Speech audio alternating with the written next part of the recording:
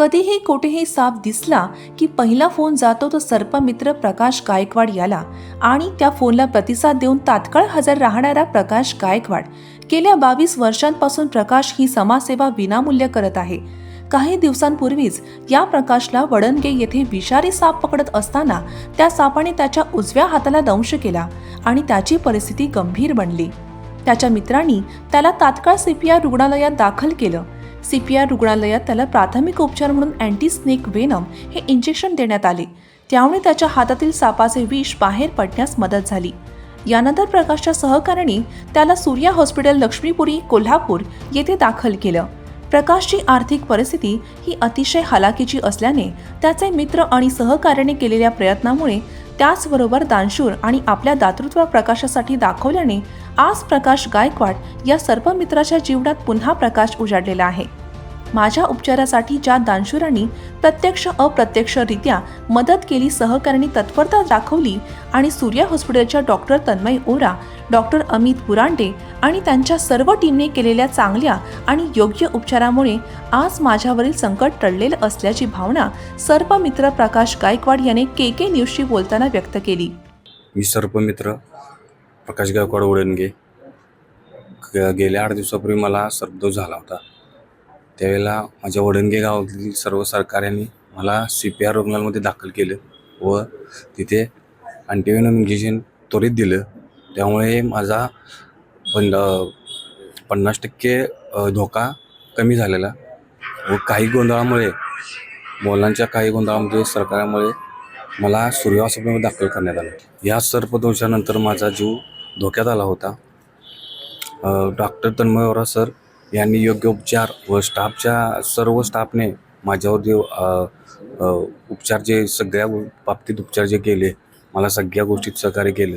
त्यामुळे मी त्यातून बाहेर पडलो, त्या धोक्यातून बाहेर पडलो व ज्या लोकांनी माझ्यासाठी आमच्या गावातले असतील किंवा बाहेरच्या जे आजूबाजू बाहेरचे असतील, ज्या लोकांनी माझ्यासाठी जे सहकार्य केलं त्याबद्दल मी त्यांचा कायम ऋणी राहीन.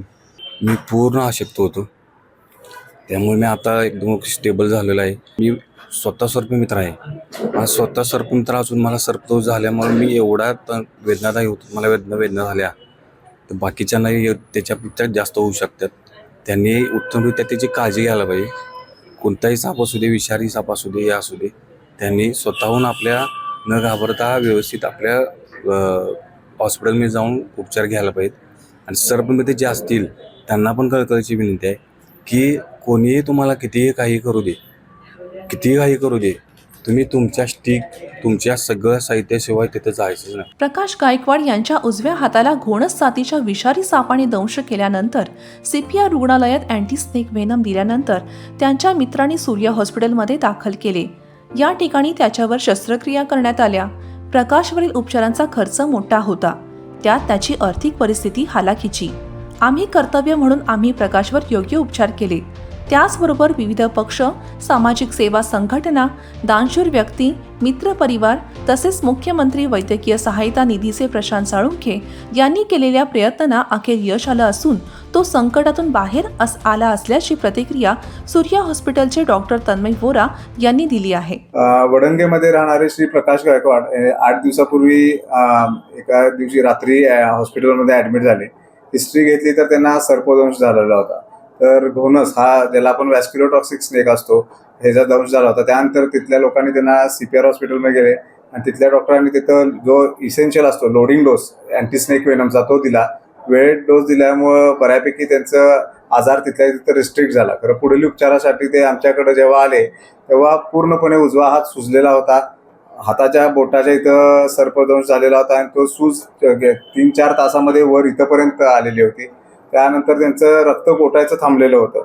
लघवी पूर्णपणे लाल लघवी सुरू झालेली होती. अशा अवस्थेमध्ये ते आले. त्यांना त्यानंतर जे लागतात बाबा किडनी वाचवण्यासाठीची औषधं, सर्पदंश झाल्यावर जो विष मारण्यासाठी जे अँटी स्नेक वेनम ते सगळं दिलं गेलं. पण त्यातलं मेन चॅलेंज असं होतं की त्याचं रक्तच गोठत नव्हतं. नॉर्मली माणसाचं रक्त जर बाहेर काढलं तर 2 ते 3 मिनिटामध्ये गोठतं, पण ह्यांचं 1 तास 1.5 तास झालं रक्त गोठायचंच नाही. अशा वेळेला आपल्याला त्याला स्नेक वेनम देत राहणं हाच आपल्या समोर एक पर्याय असतो. आणि त्याचबरोबर त्या विषाचा बाकीच्या अवयवांवर कुठला साईड इफेक्ट होऊ नये किंवा मल्टी ऑर्गन डिस्फंक्शन होऊ नये ह्याची आपल्याला काळजी घ्यावी लागते. दुसरी गोष्ट, त्याचा हात इतका घट्ट झाला होता, एका लाकडाच्या ओंडक्यासारखा त्याचा हात झालेला होता. अशा वेळेला कंपार्टमेंट सिंड्रोम म्हणून एक प्रकार असतो, ज्याच्यामध्ये हात इतका सुचतो की पुढचा रक्तपुरवठा बंद होतो. अशा वेळेला आपल्याला त्याच्यावर जस्ट इन्सिजन घेऊन त्याला वाट मोकळी करून द्यावी लागते. यामधलं मेन चॅलेंज असं असतं की एकीकडे रक्त इतकं पातळ झालंय की ऑपरेशनसाठी तुम्ही एक इन्सिजन घेतलं तर रक्तस्राव थांबणार नाही.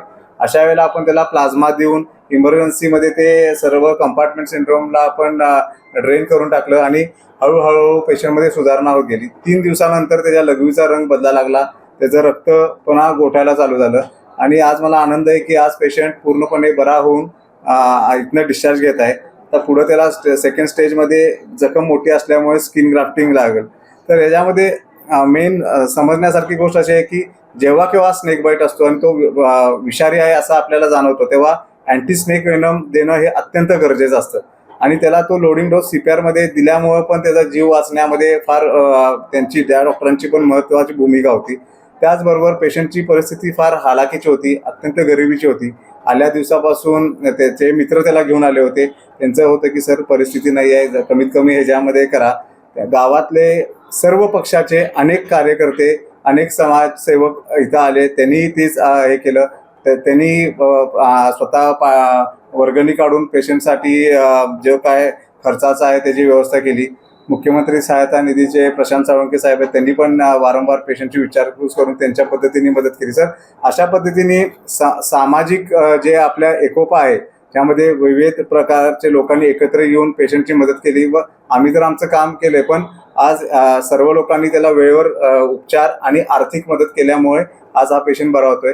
असे पेशंट चांगले होऊन जायला लागले की आम्हाला देखील एक समाधान मिळतं आणि आज प्रशांत घरी चाललेला आहे याचा आम्हालाही मनापासून आनंद होत आहे. अशाच नवनवीन अपडेट पाहण्यासाठी आमच्या KK न्यूज चॅनेलला सबस्क्राईब करा.